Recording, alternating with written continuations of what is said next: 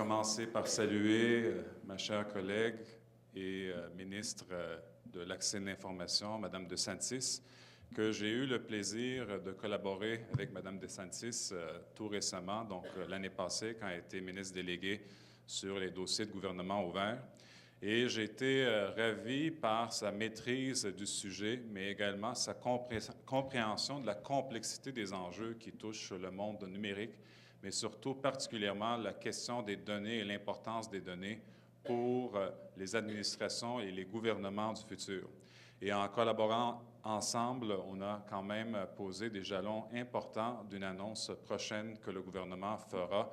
Je pense que ce serait au mois de mars ou avril. Donc, Mme DeSantis, j'ai été ravi de collaborer avec vous. Je le ferai jadis à l'avenir, n'importe quand. Merci. Monsieur Labonté aussi, qui se cache ici et que j'ai eu le plaisir également de rencontrer l'année passée, donc lors d'une visite ici, alors qu'il m'a démontré très clairement l'expertise et le savoir-faire québécois et montréalais dans le domaine de l'analytique, dans le domaine de la gestion des données et surtout dans le domaine de la recherche appliquée pour les technologies qui peuvent avoir un impact extrêmement important sur la gestion et l'administration des administrations publiques. Donc, je vous salue et surtout, je salue votre organisation qui fête quand même un anniversaire extrêmement important. Donc, 30 ans, il faut fêter ça en grand.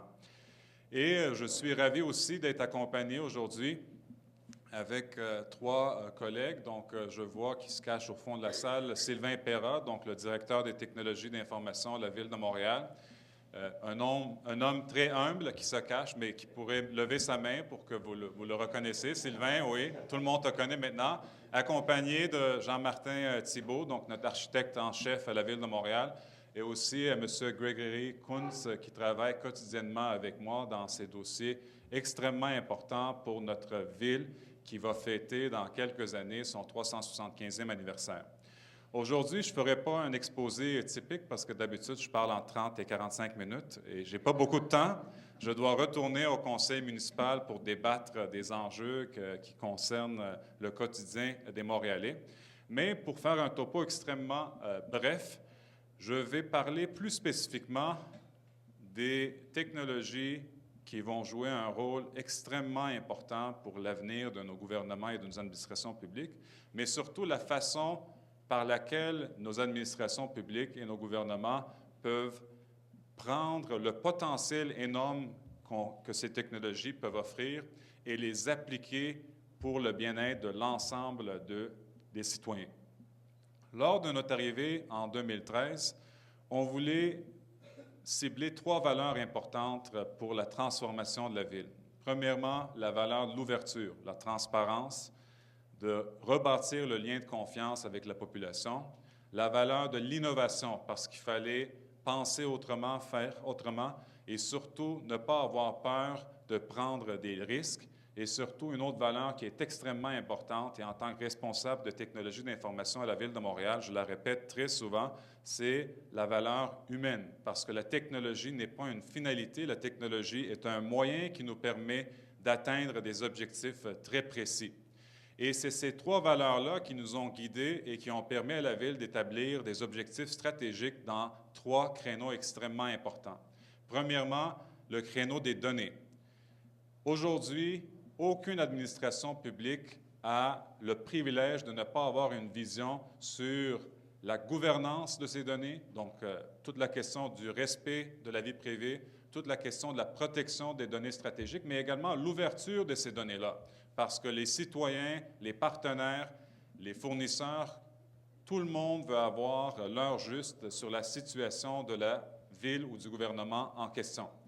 Également, une stratégie sur la collecte et la valorisation des données, parce qu'on a prouvé avec l'exemple du déneigement, collecter des données en temps réel, c'est donner des outils pour avoir une meilleure communication avec les citoyens, c'est se donner des outils également pour réévaluer et réformer des services jadis qui étaient gérés de façon traditionnelle.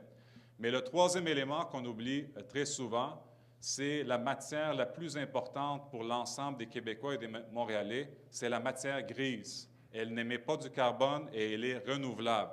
Et ici au Québec, on peut compter sur des talents exceptionnels dans ce domaine, donc des chercheurs de grands talents, des universités à ne pas finir ici à Montréal. Moi, je suis un fier finissant de l'École polytechnique de Montréal. Donc, il fallait miser sur le renforcement de l'expertise interne sur ce créneau spécifique. Et ceci a été établi et les gestes importants ont été posés. Donc, on a développé et on a émis une politique d'ouverture des données qui va privilégier l'ouverture par défaut. Donc, la première ville canadienne qui va ouvrir l'ensemble de ces données par défaut en date d'octobre 2018. Également, au niveau de la collecte des données, on profite de chaque occasion pour établir des stratégies et des mécanismes pour faire la collecte massive des données, tout en respectant la vie privée. Et finalement, le renforcement de l'expertise interne, l'équipe de Sylvain Perra, dans la réorganisation de l'équipe, a privilégié la création d'équipes dédiées sur l'intelligence d'affaires, également des ressources dédiées sur l'architecture de données. Mais également, et on part de la citation de Socrate, la sagesse, c'est d'admettre également qu'on n'a pas toutes les réponses à toutes les questions. Et c'est dans cette optique-là qu'on a décidé d'établir des partenariats extrêmement importants et stratégiques pour l'avenir des Montréalais. Et un des partenariats importants pour lesquels je suis extrêmement fier d'avoir contribué à ma humble façon, c'est le partenariat qu'on a établi avec le Centre de recherche informatique de Montréal. À travers ce partenariat, sur une durée de 1 an, d'une valeur de 750 000 $, on va pouvoir avoir un accompagnement stratégique des chercheurs dans le domaine appliqué pour des projets qui vont toucher les finances à la Ville de Montréal, qui vont toucher la sécurité publique, donc la sécurité de tous les jours des citoyens de Montréalais pour les 5, 10, 15 prochaines années va être influencée par les décisions qu'on prend maintenant. Et surtout, le troisième volet, c'est tout ce qui touche la gestion des services publics, l'optimisation des parcours, des services de collecte, des services de déneigement. Donc, tout ceci va se faire en partenariat avec le Centre de recherche informatique de Montréal et je pense qu'on peut applaudir le SCRIM pour cette belle collaboration.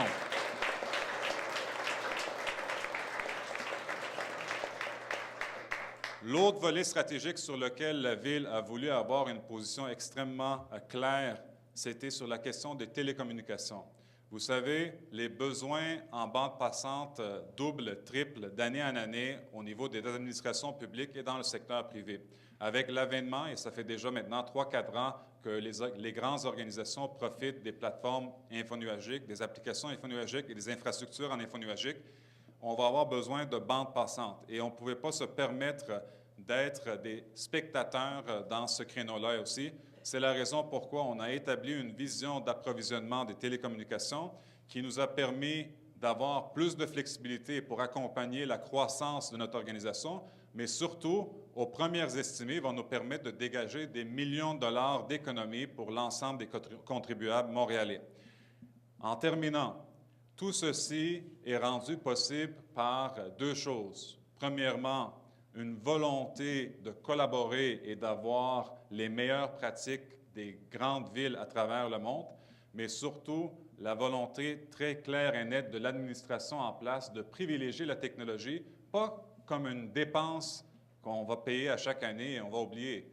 Non, comme un actif qui permet de transformer les organisations publiques pour les années à venir. Et sur cette question-là, je vous laisse avec la réflexion. Donc, aujourd'hui, on pose ces gestes-là, mais selon moi, les possibilités sont nombreuses et les possibilités sont infinies.